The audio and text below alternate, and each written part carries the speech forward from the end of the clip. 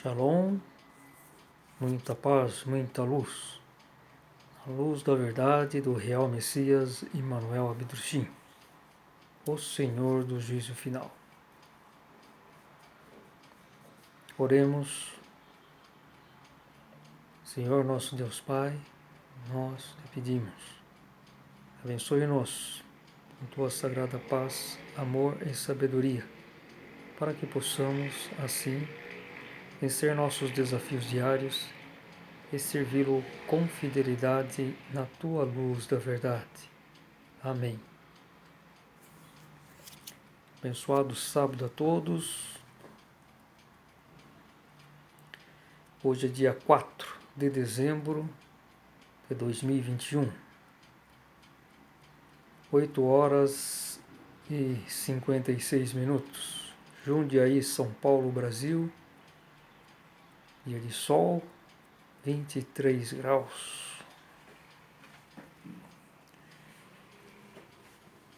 Lúcifer. Quem é Lúcifer? Arcanjo Lúcifer. Roseli von Sass, em um livro do Juízo Final, tem um capítulo que fala sobre Lúcifer. Por que Lúcifer desceu para a criação? Então vou dar uma sequência aqui num vídeo anterior. Eu tinha iniciado, essas reflexões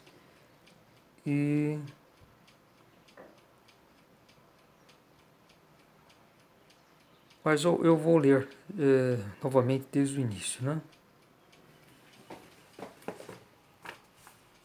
São 2, 3, 4. São 4 páginas.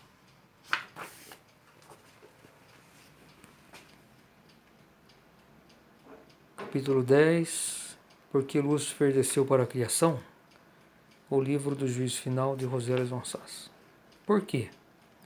Porque veio Lúcifer, o tentador, o inimigo de Deus, o renegado, o anjo caído. Porque não permaneceu onde estava? A humanidade não se encontraria hoje em melhores condições se esse inimigo de Deus não houvesse vindo? Sim, porque afinal veio Lúcifer ao mundo. É certo que Lúcifer não deixou o reino divino arbitrariamente. Veio por ordem expressa da vontade de Deus para cumprir uma missão. A escolha recaiu sobre ele por ser entre os arcanjos aquele que corporificava o amor. Isso ocorreu em uma época em que o desenvolvimento da humanidade nem sequer havia começado. O seu futuro falhar não poderia ser então previsto, como não o foi também o catastrófico falhar da humanidade. Os seres humanos não precisavam ter falhado. Tinham a liberdade de opção. Puderam escolher e escolher conscientemente. Conscientemente também optaram pelo errado. Conscientemente, sim, pois de início cada um sabia o que era o bem e o que era o mal. Além disso, os seres humanos de todos os povos foram advertidos no devido tempo da atuação errada de Lúcifer. No mesmo momento em que se tornou evidente que Lúcifer não cumpria a sua missão no sentido do amor divino, todos os videntes da Terra receberam a incumbência de alertar os seres humanos, adverti-los do arcanjo Lúcifer, que em sua atividade arbitrária e contrária à luz, precipitara-se nas profundezas que ele mesmo abrira para si. Renegado e hostil ao amor divino, influenciava as criaturas humanas. Os videntes daqueles tempos remotos recebiam e retransmitiam as mensagens sempre fielmente. Durante diversas gerações seguidas foram os seres humanos alertados do inimigo, falharam, contudo, tornam-se hostis à luz, porque assim o quiseram, sempre tiveram a livre escolha. Bom, essa aqui é a primeira página, são 4 páginas, e essa aqui é a primeira, né? Então no final aqui já está bem claro, né? Sempre tiveram a livre escolha, né? Nós, seres humanos, sempre tivemos a livre escolha. Então podemos ver aqui que existem 2 tipos de criaturas, né? Espécies, né? Vamos supor. Fora, independente da região que estão, ou sejam divinos, ou todos são enteais. Independente que sejam divinos, ou espirituais primordiais, espirituais, enteais. O importante é fundamental, que existem dois tipos de seres. Aqueles que têm livre-arbítrio e aqueles que não possuem livre-arbítrio. Então, aqueles que não possuem livre-arbítrio, como os enteais, os seres da natureza, os anjos, enfim, né? Aqueles que recebem, vamos dizer assim, na intuição, diretamente a vontade de Deus. Ela como se fosse um rádio, vamos supor, né? Sintoniza diretamente na irradiação da vontade de Deus e cumprem ela integralmente. Então, não tem um espaço, vamos dizer assim, para ter uma decisão própria. Agora, existem então os outros tipos de seres, que são esses que têm essa opção da livre vontade. Mas essa livre vontade sempre tem que ser de acordo com a vontade de Deus, né? Seguindo o bom senso, né? A vontade. Essa livre vontade não significa fazer coisas erradas. Significa uma sintonia também, mas buscar, ter talvez um esforço adicional para se sintonizar com a vontade de Deus e cumprir. Então há uma liberdade de escolha, mas dentro da vontade de Deus. Então aí ele segue normalmente seu caminho e não estava previsto, quer dizer, Deus, quando estruturou a sua criação, enfim, né, ela teve necessidade de ter esses dois tipos de seres. Aqueles que cumpriam integralmente a sua vontade, executando as suas obras, construindo, e aqueles que tinham a opção de ter uma escolha, né? mas sempre também dentro dessa... tinha essa liberdade, vamos supor, de uma escolha, mas sempre cumprindo também o que estivesse dentro da vontade de Deus. Poderia também dizer que os seres que cumprem integralmente, eles são os executivos, executores, né, da vontade de Deus, enquanto nós, seres humanos, somos os apreciadores. Poderia talvez apreciar e contemplar, talvez contemplar também, seria mais ou menos algo parecido, né? Que seria um tanto usufruir, talvez, né? A alegria são menos, né? Tanto para um como para outro, né? Mas no caso do ser humano, permite uma reflexão maior, uma, uma, uma direção e com isso poder atuar, né? De uma forma um tanto com liberdade, né? Mas não se previa que nós pudéssemos falhar.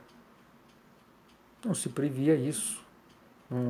Esse livre-arbítrio aí, com que Deus fez, não foi com a intenção, imaginando que poderíamos falhar, poderíamos nos tornar impuros. jamais se cogitava esse tipo de situação. E quando ele nos deu a oportunidade de nós, espíritos desenvolvidos, nos conscientizarmos aqui na matéria, né? Que foi o nosso único caminho como seres espirituais.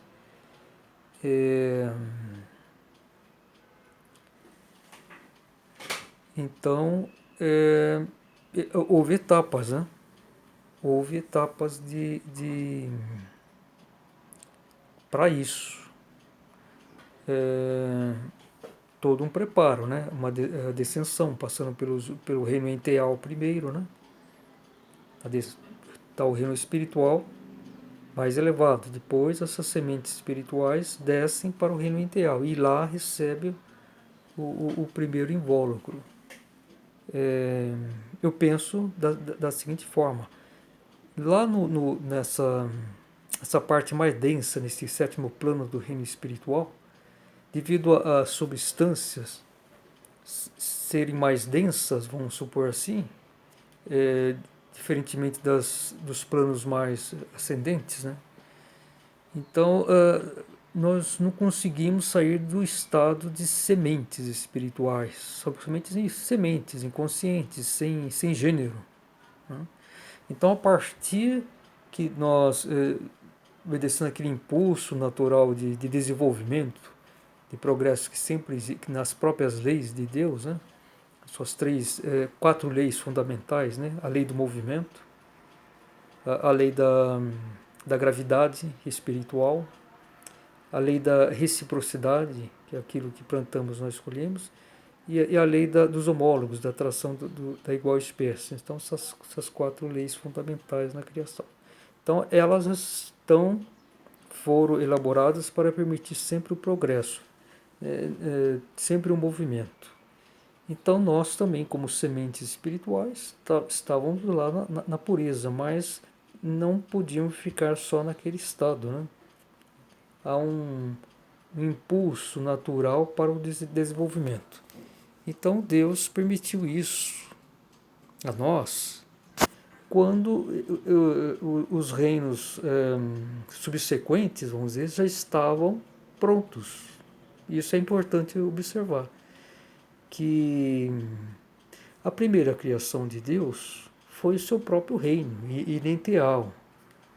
Depois dessa criação veio, na sequência, quando o reino irenteal já estava formado, né, veio o reino divino, né? O reino irenteal é como se fosse, eu imagino, como se fosse o núcleo da esfera divina. Depois que a esfera divina, o reino divino estava concluído, as sobras, vamos supor, o que não foi necessário se expandiu para o faça-se a luz, né? A criação bíblica, né? Que está relatado na Bíblia. Então aí surgiu primeiro o reino primordial, espírito primordial. Depois, na sequência, veio o reino espiritual, de onde nós seres humanos procedemos. Depois veio o reino enteal dos seres da natureza, e depois os reinos materiais, reino de matéria fina, reino de matéria grosseira. Então, nós, como sementes espirituais, só podíamos ser permitido nossa descensão em direção aos reinos materiais só quando esses reinos posteriores já estavam formados, porque não seria possível, né? Uma semente espiritual ser lançada para o espaço vazio sem nada. Isso não seria possível. Primeiro tem que as substâncias, né, tem que ser lançadas e também, ao mesmo tempo, os seres preparados para isso, né, com construtores, enfim, que foram lançados. Aí eu acredito que o primeiro ser que foi criado, né, tem que ser o mais forte, né? Por exemplo, Zeus e Hera, que se fala muito em tradições hindus, né? O Brahma, assim, a meu ver, não se refere a Deus, mas sim a Zeus, que é, vamos supor, o senhor, o sacerdote do reino enteal, né? Dos reinos. Então, penso eu esses seres nasceram, foram formados no reino espiritual. Então foram os seres, não sei se talvez anjos também, não sei, mas são seres executores, né? Que foram lançados juntamente com as substâncias que sobraram, vamos dizer assim, que já não tinham mais utilidade no reino espiritual, foram lançados adiante. E ao mesmo tempo esses seres também acompanharam para trabalhar essas energias. Então esse sempre é o processo, né? No próprio, pensando no próprio reino particular de Deus, que é o reino ininterreal, né? É, aliás, na mensagem do grau, o Messias Bedrucci não fala no reino ininterreal. Ele fala do reino divino e diz que Deus não é divino. Deus é Deus. O divino é apenas uma criação, né? Uma criação, a esfera divina também é criação. É a mais próxima de Deus, vamos dizer assim, mas não é nem o reino particular de Deus. Então temos que entender isso, que Deus é a vida, né? E o reino, a esfera divina, também se insere entre as suas criações. Imensamente mais forte, mais poderosa, mais responsável também, né? Mais fundamental do que os reinos espirituais, né? Mas o processo sempre é esse, né? Por exemplo, os arcanjos que estão no reino divino, vamos supor, no ápice do reino divino, penso eu que eles, bom, isso é uma coisa lógica, eles tiveram que nascer, surgir no reino ininterreal. Mas eles tiveram, ser um projeto, vamos dizer assim, tem que surgir para poder formar um outro reino, que seria o reino divino. Justamente lançado com as substâncias que não foram mais úteis no reino inicial de Deus, né? Então, são preparados, nascem e são lançados. Isso tem que ser a lógica, né? Porque não pode só lançar substâncias para um espaço vazio sem ter os seres, enfim, responsáveis para trabalhar essa substância e construir um novo reino, né? Deus tem 2 filhos. A primeira criatura que ele fez foi a rainha primordial, Elizabeth. A partir disso que ele pôde ser pai, né?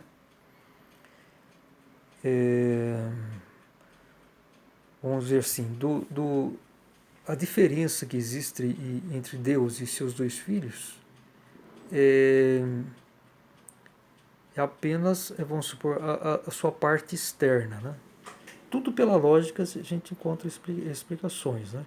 Então, os seus filhos têm a mesma substância inerente de Deus, a vida de Deus. Só que a diferença justamente é que quando ele lançou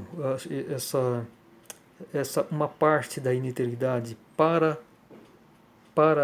Elizabeth, penso eu que isso é uma transmissão através dos olhos, né? uma irradiação, né?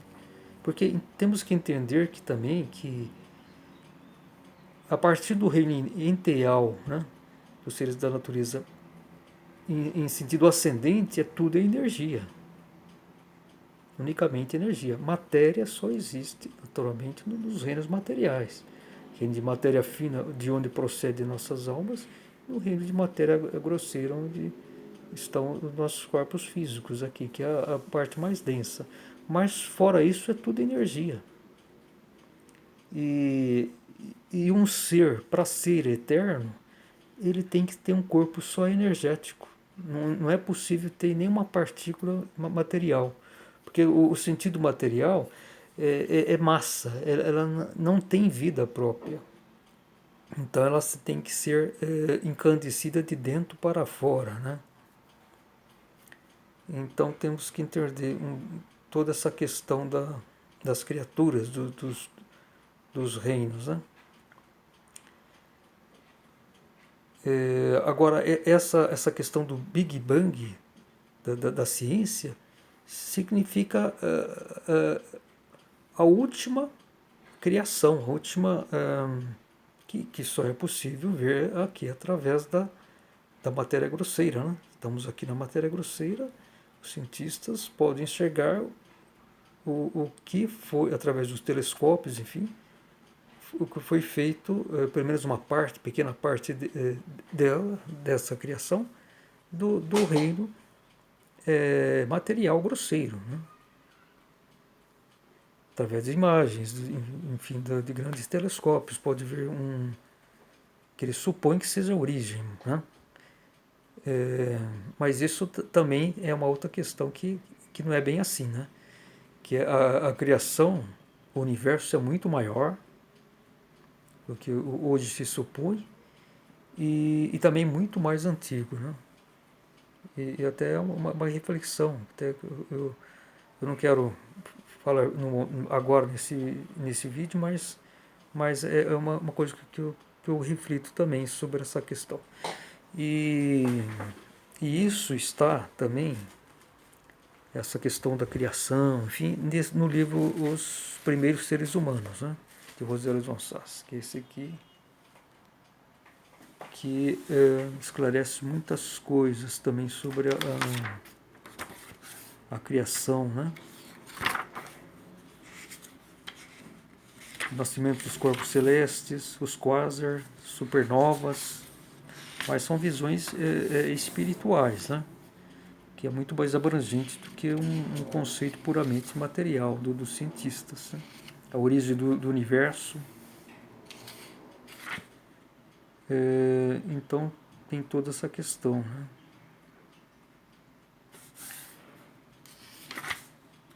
Mas vamos continuar com relação a Lúcifer, né? Então por que Lúcifer foi enviado, né? Então está dizendo isso. Isso ocorreu em uma época em que o desenvolvimento da humanidade nem sequer havia começado. Por quê? Esse desenvolvimento seria a quarta etapa de um planejamento de desenvolvimento do ser humano quando se encarna, esses espíritos desenvolvidos, né, se encarnam materialmente em um planeta. Nós começamos a nos encarnar aqui na Terra há 3 milhões de anos. Agora, então, lá no reino espiritual foram destinadas aquelas centelhas espirituais que, na sua descensão, ganhando seus invólucros mais densos do reino enteal, depois da matéria fina através da nossa alma, né? Nesse reino enteal, eu penso que esse envoltório nos tornou uns germes espirituais, vamos supor assim, porque no reino espiritual era apenas uma centelha, era uma espécie de coração pulsante, era pura energia. Agora, quando na descensão foi para esse reino enteal, já houve um invólucro né, que nos envolveu. E então poderiam se tornar germes, né? Vamos dizer assim, germes. E tem sempre essa questão, que uma centelha ela não tem gênero, é simplesmente ela. E ela procura se sintonizar ou então na frequência positiva ou negativa, porque existem apenas esses dois polos, positivo e negativo. Positivo ele é ativo e vamos dizer assim, masculino, e negativo passivo e feminino. São as duas espécies, não que uma seja melhor que a outra, são as duas energias fundamentais que existem. Então, esse germe espiritual, ele inconscientemente vai se sintonizando. Por exemplo, aquele que se sintonizar mais na energia positiva, ela vai se tornar masculina. E quando se sintonizar na negativa, se torna feminina. Isso se estabelece justamente quando entra no reino material de matéria fina, que aí nós ganhamos a nossa alma. Aí fica definido. Né? É interessante observar isso, que nesse ponto, antes de se encarnar aqui na matéria grosseira, então já se define o gênero, que aquele germe, aquela centelha escolheu, por livre vontade, né? A princípio inconscientemente e depois se estabelece quando adquire a sua alma. Então, após encarnar, quando muda nas encarnações, que pode se mudar, né? Às vezes, uma vida, estamos num corpo masculino e depois, na próxima vida, podemos estar num corpo feminino, ou vice-versa. Mas isso só acontece porque, devido a influências, vamos dizer assim, desnaturais. Não diria que seja pecado, mas uma desatenção, né? Da sintonia. Quando aqui na matéria nós deixamos de nos sintonizar corretamente naquela energia escolhida. Né? Porque não existe um ser consciente que seja nem masculino nem feminino. Isso não existe em toda a criação. Pelo menos que é do meu conhecimento. Né? Isso é impossível existir. Então, agora aqui na matéria, existe esse perigo das atividades não estar adequada naquela sintonia, né? E o próprio livre-arbítrio. Isso acontece muito, isso só foi possível ocorrer por causa da prevalência do raciocínio, que foi uma das tentações de Lúcifer, a partir do pecado original. Porque antes isso não era possível. Né? Cada ser se sintonizava na sua frequência e nas encarnações sempre um masculino, um homem sempre encarnava num corpo masculino, a mulher mesma coisa.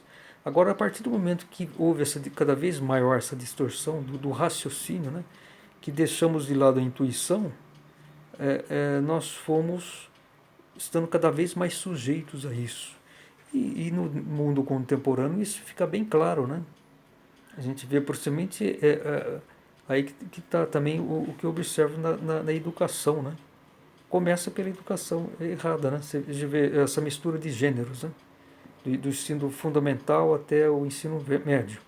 Não poderia ter uma escola com os dois gêneros. Teria que ter educação específica para homens e para meninas. Então, até os 6 anos, vamos dizer assim, os 5, né? Vamos dizer 5 anos, até os 5 anos, vamos dizer assim, estamos não estamos definidos ainda, né? Quer dizer, lógico que nossas almas já seriam masculinas ou femininos, mas vemos uma certa não fica tão distinto, né, as atitudes, né, masculinas ou femininas. Agora, a partir dos 6 anos, já existe uma tendência para essa definição, né, do masculino e feminino. Isso vai de contra a própria natureza, né, dos guias enteais, que a partir dos 6 anos tem guias enteais para os homens, para os meninos, e guias enteais para as meninas. Certo? Até a adolescência, quando esses instrutores enteais saem, terminam a sua missão, e entram os guias espirituais. Né? Então, justamente nesse período escolar, tem que haver isso.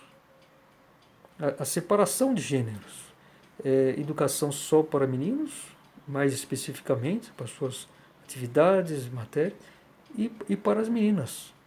Né? Porque fica uma mistura, justamente nessa época que começa a se formar, né? A masculinidade e a feminilidade, há uma mistura muito grande. E isso favorece essas distorções contrárias à natureza. Então tem que se guiar, tem que considerar a educação espiritual, né, os nossos guias, né, como eles são, e temos aqui na matéria grosseira nos guiar por isso. Né? Mas isso também só é possível com conhecimento espiritual. Se ficar só no raciocínio, não tem como compreender isso. É essa a questão. A nossa civilização se baseia puramente, principalmente, né, na racionalidade, sem uma verdadeira espiritualidade. E por sua vez, a religião é meio capenga, tem muitas suas crenças cegas, não tem uma espiritualidade pura. Né? Um grande falhar grande lacuna que existe na dita religião cristã é não reconhecer os guias enteais, né, os construtores da natureza. Então, isso está na mensagem do Graal, esse conhecimento. E isso tem que ser aplicado aqui na nossa matéria, na nossa educação, para que possamos seguir as leis de Deus, ser uma humanidade do pleno agrado de Deus. E isso será possível no reino do milênio. Que serão aqueles que vão viver, aqueles que são humildes, com sinceridade, e vão se esforçar em cumprir a vontade de Deus, como ela é, né? E não como as pessoas possam imaginar, né? Bom, então vou encerrar esse vídeo e vamos continuar desenvolvendo esse tema no próximo vídeo. Muita paz, muita luz, shalom.